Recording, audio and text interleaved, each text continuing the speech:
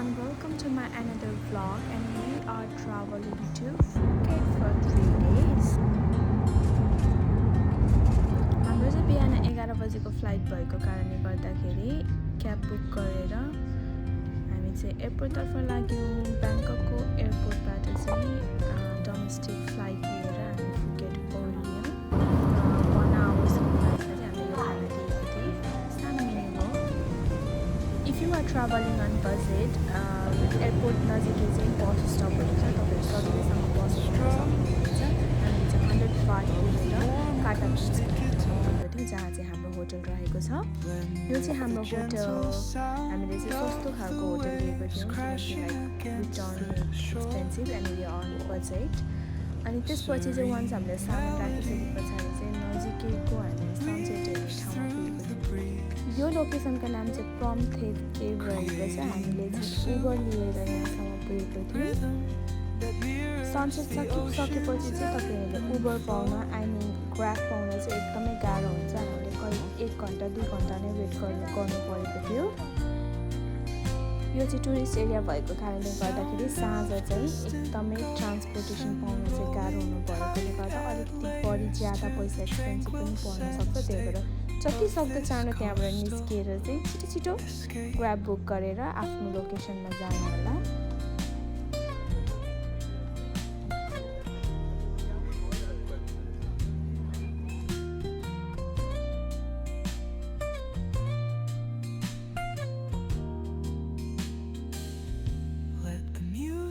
Guide you into an untouched paradise where stress dissolves like footprints in the sand. Once हाम्रो location पुगिसके पछाडि चाहिँ हामीले खाना चाहिँ होटलमा खाएनौँ, मार्केटमा गएर फुडहरू लियौँ। त्यस पछाडि बिचको छेउमा गएर किनकि भोलिको लागि चाहिँ हामीलाई तयारी गर्नु because we are going to Phi Phi island which is very popular in Phuket. Next day चाहिँ हामीलाई होटलमै पिकअप गर्नका लागि गाडी आएको थियो। अनि हामी गाडीबाट जाँदा चाहिँ ओल्ड टाउन फुकेटको ओल्ड टाउन भिजिट गर्ने हाम्रो प्लान थियो। हामीले त्यो ओल्ड टाउन चाहिँ गाडीमै देखेको कारणले गर्दा we cancel those plan and we don't have enough time also. अनि हामी चाहिँ होटलसम्म पुग्नका लागि करिब 1 घन्टा नै लाग्यो। होटलको गाडीले हामीलाई मात्र होइन, त्यहाँनिर अरू थुप्रै अरू पनि गेस्टहरू जुन चाहिँ हाम्रो टिममा जान आँटिरहनु भएको थियो उहाँहरूलाई पनि पिकअप गर्ने भएकोले गर्दा लगभग 2 घन्टा नै लाग्यो। अनि वान्स हामी लोकेसनमा पुगेपछि हामीलाई ब्रेकफास्टहरू दिनुभयो, ब्रिफ गर्नुभयो what we should do and what we shouldn't do. त्यसपछि हामी स्पिड बोर्डमा once it started, oh my god, I can't explain. I might tell you later. This is very beautiful place.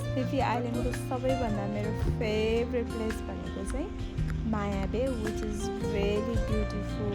Oh my god, मैले त्यो मुभीहरूमा मात्र देखेको थिएँ होइन, like फोटोहरूमा मात्र देखेको। आज चाहिँ रियलमा देख्न पाउँदाखेरि एकदमै खुसी लागेको थियो। But it's so busy.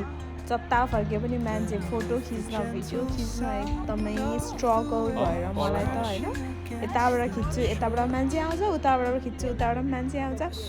त्यो भिडियोमा क्या टिकटकहरूमा मान्छेहरूले चाहिँ how they make the photo and video क्या I don't know, like it's literally so busy के।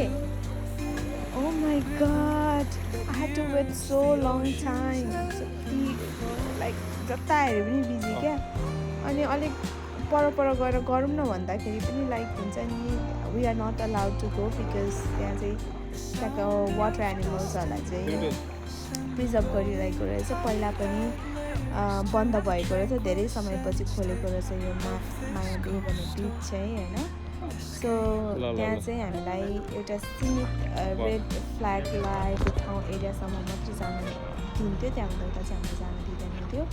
Anyway it was very beautiful place. त्यस पछाडि चाहिँ बाटोमा मङ्की केभ पनि भिजिट गरायो अरे। म चाहिँ स्पिड बोर्डमा चढिसके पछाडि आई स्टार्टेड टु हुन्छ नि टाउको दुख्न थाल्यो रिङ्गटा लाग्न थाल्यो स्पिड बोट यसरी हल्यो कि यसरी हल्यो त्यो समुद्रको बिचमा म oh my God I can't explain क्या मैले कतिचोटि भमिट गरेँ होला भनेर thank God one of the kind members होइन जो चाहिँ हामीसँग ट्राभल गर्नु भएको उहाँले चाहिँ मलाई मेडिसिन दिनुभयो which I feel little bit better but still म चाहिँ आँखा मजाले खोल्नै सकिरहेको थिएँ अनि यो प्लेसमा चाहिँ लङ टेल बोट भन्ने यहाँ चाहिँ तपाईँले फोटोहरू खिच्न मिल्छ भिडियोहरू खिच्न मिल्छ अनि आफ्नो प्राइभेट लङ टेल बोट पनि लिन मिल्छ तर हामी चाहिँ बजेटमै काम गरिरहेको थियौँ बजेट सो हामी चाहिँ अरू ग्रुपहरूसँग मिलेर एउटा लङ टेल बोट लिएर गएको थियौँ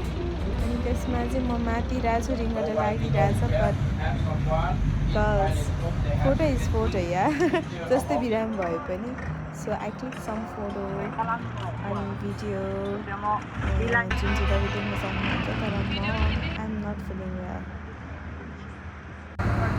त्यसपछि चाहिँ हामी नेक्स्ट आइल्यान्डमा गयौँ तपाईँ हेर्न सक्नुहुनेछ मैले चाहिँ यसरी नै मेरो होल ट्रिप सुतेरै नै गयो त्यो आइल्यान्डमा चाहिँ हामीले लन्च गऱ्यौँ त्यस पछाडि एनदर आइल्यान्ड त्यसपछि चाहिँ मैले लन्च गरिनँ म पुरै मातेको थिएँ त्यसपछिको यो हाम्रो लास्ट स्टप यो लास्ट आइल्यान्ड चाहिँ इट्स भेरी हुन्छ नि यहाँ चाहिँ मैले अलिकति भए पनि इन्जोय गरेँ त्यहाँ पुगिसके पछाडि चाहिँ आई फिल लाइक फ्रेस अनि टक्क हामी चाहिँ यो ठाउँमा चाहिँ तपाईँले यो चेयर देखिरहनु भएको छ नि यो चाहिँ किन्नु पर्दो रहेछ कि हामी भाडा तिर्नु पर्दो रहेछ कि हामीले कति बात 10 बात तिरेको थियौँ होला एउटा चेयर पनि वान्स त्यहाँबाट चाहिँ हल्का खानासाना खाइसके पछाडि चाहिँ हामी फेरि ब्याक टु पुकेट काटा बिच पुग्यौँ अनि राति खानासाना मार्केटमा लिएर फेरि बिचमा खाना गयौँ अनि एकदमै बजेटको फ्यान्सी फायरवर्क हेर्दै हामीले डिनर गऱ्यौँ this is next day in pocket हामीलाई चाहिँ नेपाली फुड एकदमै क्रेभिङ भएकोले गएको म इन्डियन रेस्टुरेन्टको ओनर चाहिँ नेपाली हुनुहुँदो रहेछ क्या we it a very nice talk उहाँहरू चाहिँ एकदम शुद्ध नेपाली बोलेको देखेर म अचम्म लाग्यो इभन मार्केटहरूमा पनि के नेपाली बोल्ने दाईहरू अनि यसो हेर्दा नेपाली जस्तो लाग्यो दाई नेपाली हो भनेको त हो त भनेर भन्नुहुँदो रहेछ क्या आई वाज सो सक अनि त्यसपछि चाहिँ हामी एयरपोर्टतर्फ लाग्यौँ अनि एयरपोर्ट जानुभन्दा अगाडि चाहिँ हामी यो बिचमा गएको थियौँ बिचको नाम चाहिँ नायाङ बिच रहेको छ त्यहाँ पनि टिकट तिर्नुपर्छ 100 बात अनि एकछिन बस्यौँ रमाइलो गऱ्यौँ अनि त्यस पछाडि चाहिँ हामी एयरपोर्टतर्फ लाग्यौँ र चेकइन गऱ्यौँ चेकइन गरे पछाडि चाहिँ we are ready to go our home साँच्चै त्यो बिच चाहिँ 15 मिनट वक्स हुनसक्छ है धेरै टाढा छैन if you are like before time on airport you can go visit that beach after 5 चाहिँ फ्री टिकट हो टिकट लाग्दैन त्योभन्दा अगाडि हो भने चाहिँ टिकट लाग्छ दिस इज आवर होम हेर्नु न पुरै जाली लागेको रहेछ क्या 3 हप्तापछि घर आउँदा त हो थ्याङ्क्स अनि हामीले ब्याग अनप्याक गर्न थाल्यौँ थ्याङ्क यू फर वाचिङ हाम्रो होलिडे चाहिँ यसरी नै